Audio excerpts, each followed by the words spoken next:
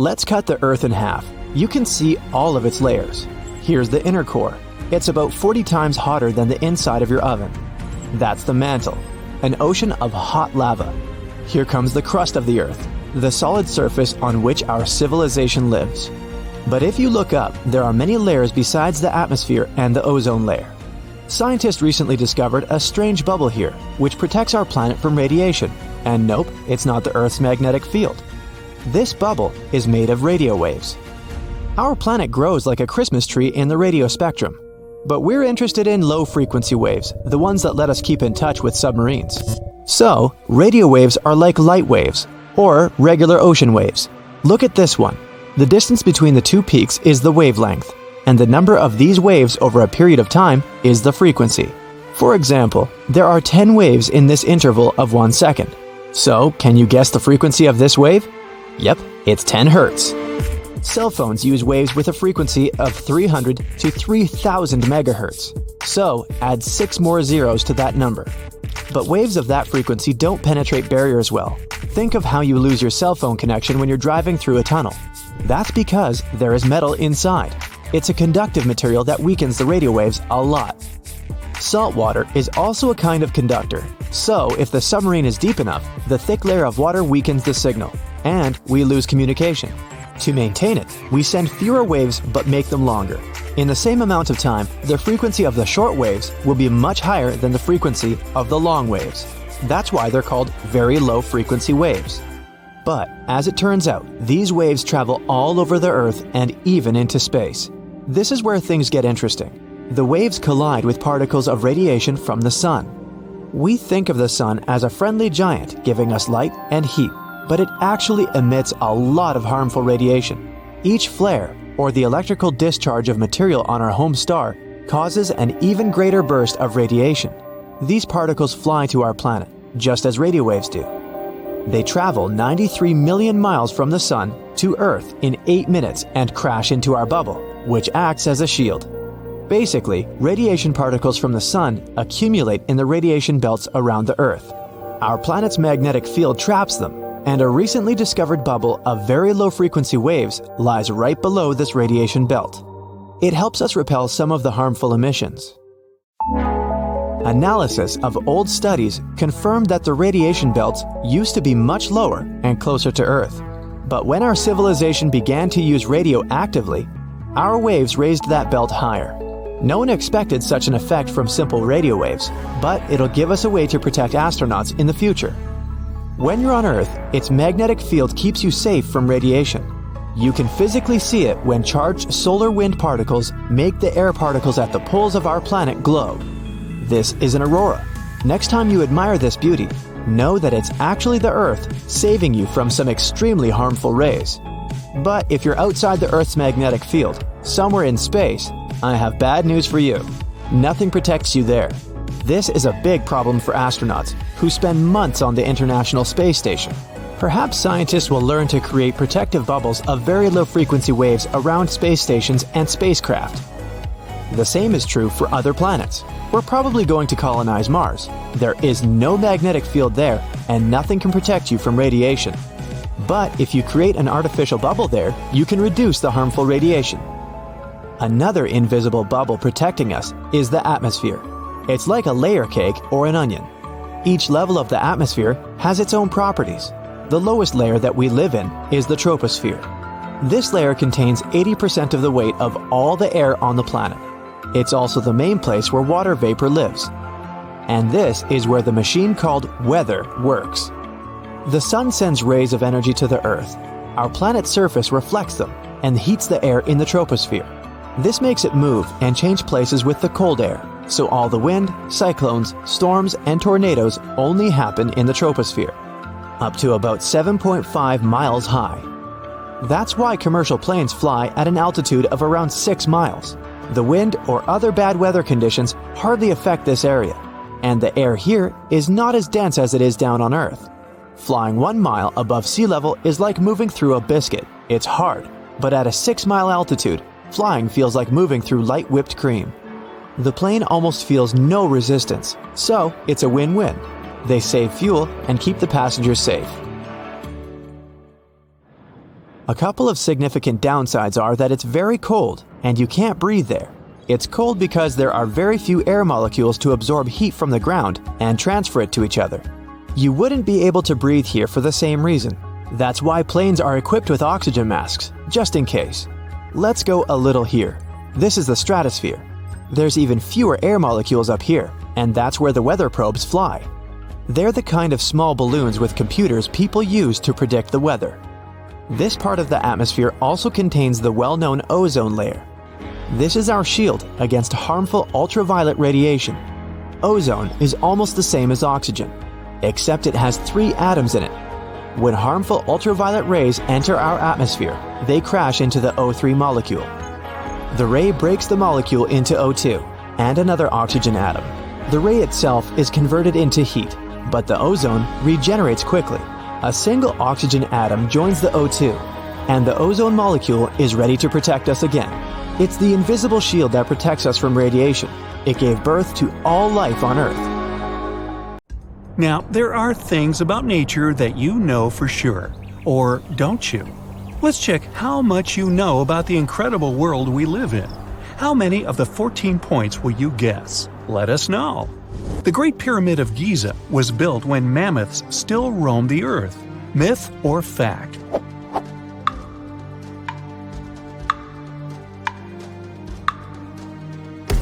It's actually a fact.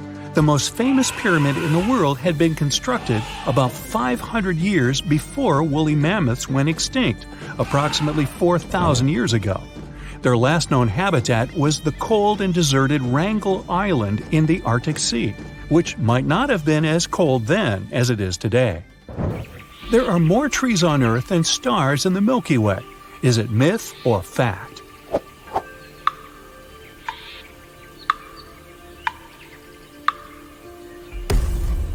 It's a fact. Scientists used to believe there were about 4 billion trees on our planet, but more recent studies have shown that there are over 3 trillion of them, making it 420 trees per person. As for the stars in our galaxy, there are only about 100 billion, which is 30 times fewer than the trees on Earth alone. The trees you see are all individual ones. Myth or fact?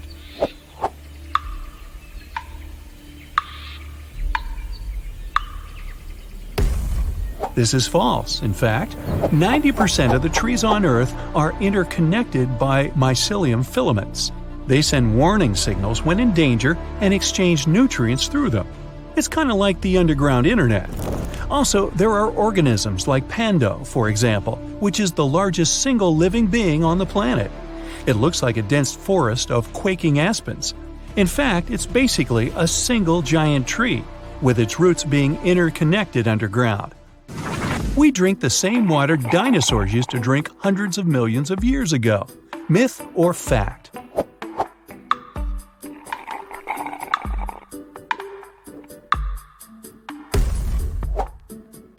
Actually, it is. Only a small portion of the water on our planet has evaporated for good. The rest of it is constantly renewed. So, mammoths, dinosaurs, and whatever came before them billions of years ago drank and swam in the same water we see today. Not to mention what else they did in the water. Unfortunately, the water doesn't keep information about those ancient creatures for us to find out more about them.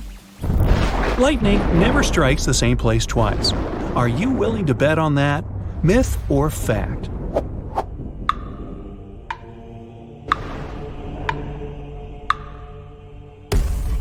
If you aren't, good for you. Lightning may strike the very same spot as many times as it wants. It might seem random, but the electrical discharge from the sky is pulled toward the tallest objects in the thunderstorm area.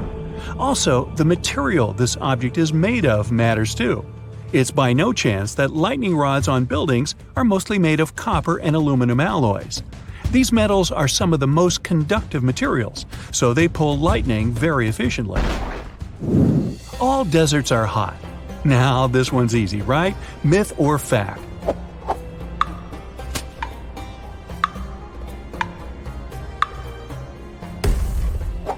If you guessed it's a myth, then right you are. Deserts are qualified not for their temperature, but for the presence or absence of growth and life in them. The most well-known desert is the Sahara, of course, and it is indeed very hot. The actual largest desert in the world is Antarctica, which is almost twice the size of the Sahara Desert. And you wouldn't call it even lukewarm. It's a polar desert, and there are several others on our planet. For example, Greenland. There's enough gold underground to cover the entire planet in a thick layer. Would you believe that?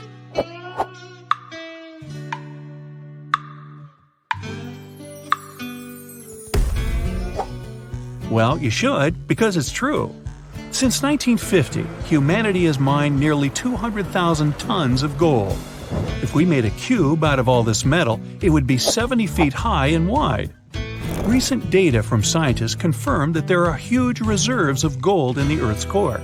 The metal is enough to cover the whole planet, and people might have gold up to their knees. The problem is, we just can't mine it from there. Hey, I don't mine if you don't. The Moon and Mars are better mapped than the Earth's oceans. Now, this can't be true, can it?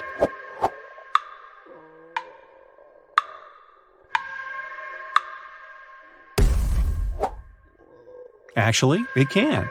We have a detailed map of the Moon and Mars, although we're still discovering surprises on their surfaces, granted. Still, over 80% of the Earth's oceans are unmapped and unexplored. We can't study the oceans properly because of pressure, cold, and lack of light underneath billions of tons of water. The lava is always red. What other color can it be, right? Myth or fact?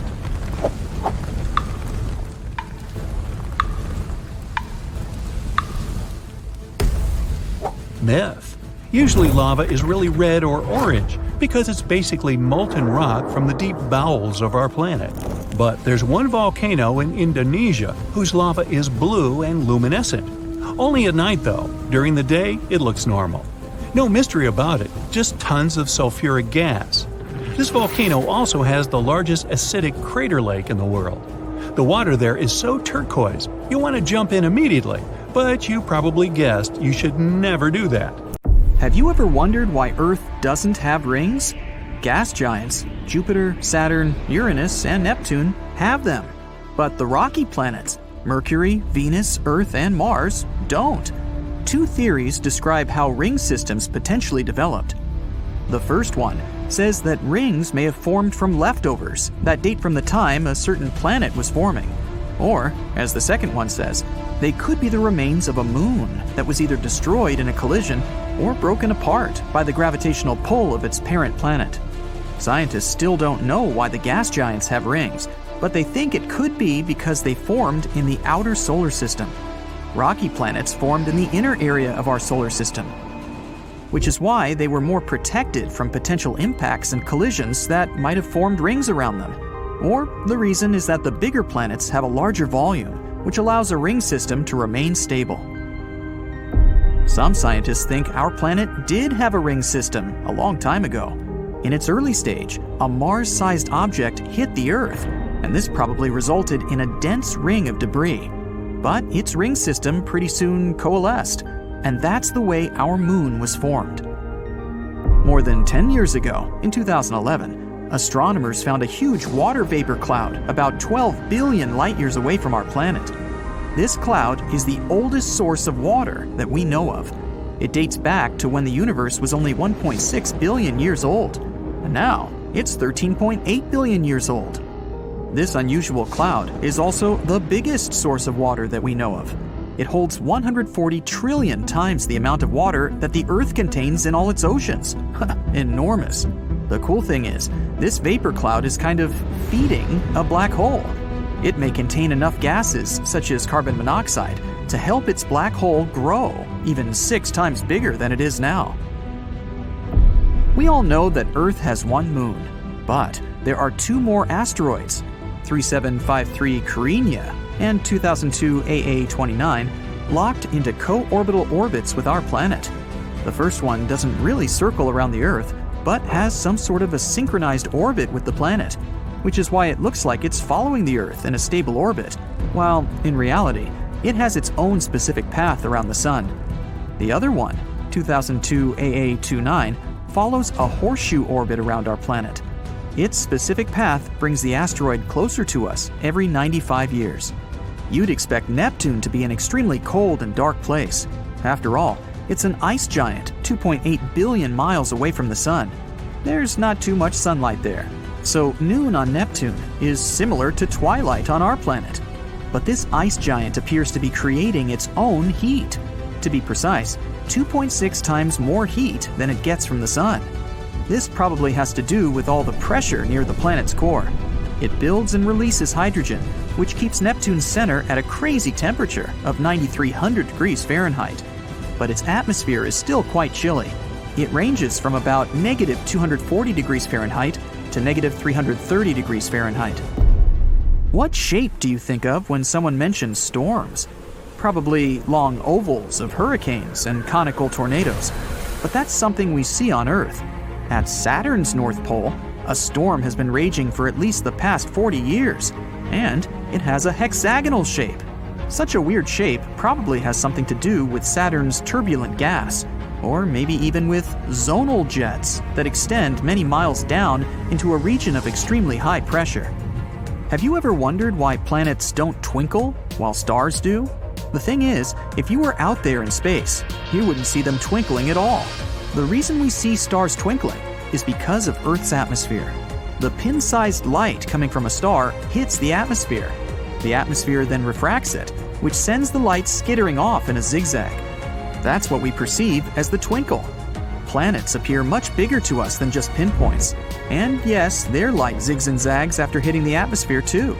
But those motions cancel each other out, which is why we don't see twinkling, but only a steady glow. In some regions, you can expect big changes in temperature. For example, in Montana, where in a single day, temperatures went from negative 54 degrees Fahrenheit to 45 degrees Fahrenheit. Yeah, sounds like a lot, but it's still nothing compared to Mercury, where temperatures tend to vary over 1,000 degrees Fahrenheit in a single day. They start out at negative 280 degrees Fahrenheit at night, and eventually go up to 800 degrees Fahrenheit during the daytime. Picture a wardrobe you'd need to prepare for a single 24-hour visit to Mercury. Why doesn't the atmosphere of our home planet vanish and disappear into the vacuum of space? Even though we can't see them, the gas and vapor molecules that our atmosphere consists of all have mass. As such, all of these molecules feel the gravitational pull of the Earth, just like we do. They could escape, true, if they had enough energy. For instance, if our planet was closer to the Sun, the atmosphere would be hotter, and its molecules could get away easier. But the Earth, fortunately, is just at the right distance from the Sun and has exactly enough mass to keep its atmosphere in the same place. In July, when we're about 94 million miles from the Sun, the world is about 36 degrees Fahrenheit warmer overall than in January, when we're 3 million miles closer. This is because there's more dry land in the northern half of the planet than the southern half, and land tends to heat up more than water. During the northern summer in July, more land is heated up than in January. So the planet gets a little warmer at this time, even though we're further from our source of heat. The closer the moon is to the horizon, the larger it looks. This phenomenon is called the moon illusion. One of the theories explaining it claims that the atmosphere plays the role of a magnifying glass, which makes the moon look bigger.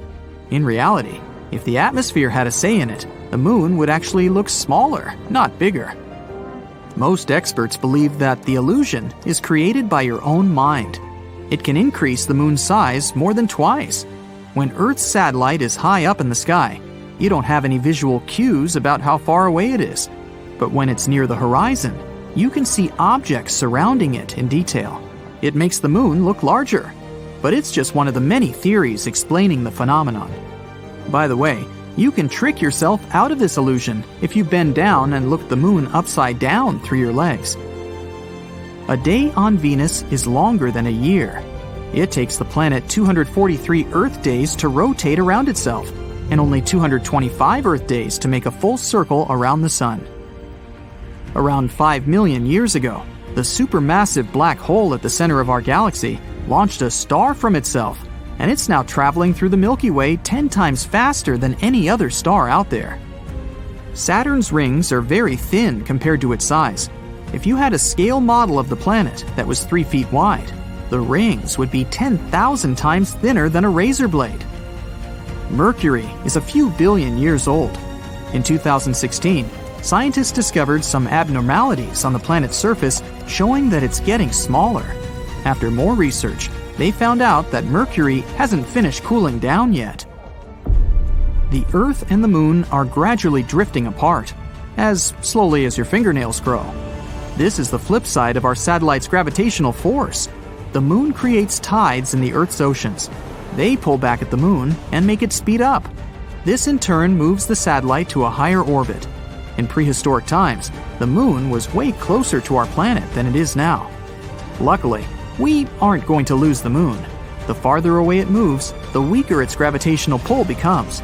It means that soon, our planet won't be pushing the Moon away with such a force. Discovered in 2017, Kelt 9b is the hottest planet we know of.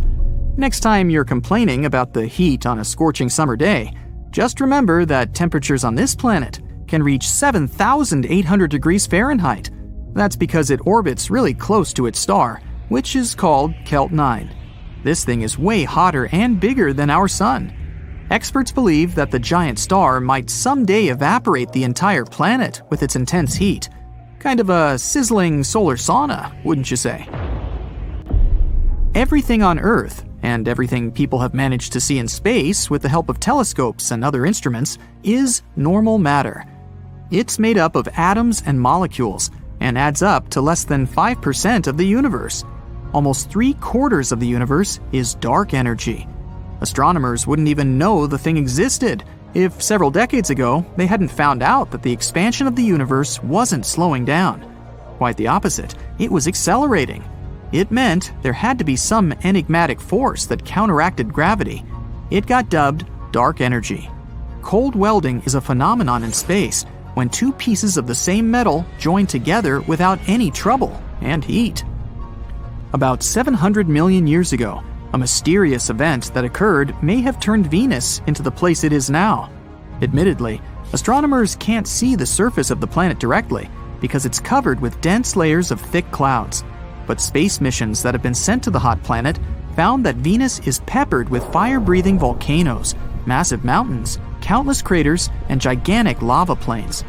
The temperatures on the planet are so incredibly high that they could melt lead. And the atmospheric pressure is so immense that it would instantly crush any living being reckless enough to set foot on it. If that's not enough, the atmosphere of the planet is filled with noxious clouds of sulfuric acid, which smells worse than rotten eggs. Carbon dioxide, the main component of Venus's atmosphere, along with the infamous sulfuric acid, create a powerful greenhouse effect. As a result, the lower atmosphere and the surface of the planet are some of the hottest places in the whole solar system. That's it for today. So hey, if you pacified your curiosity, then give the video a like and share it with your friends. Or if you want more, just click on these videos and stay on the bright side.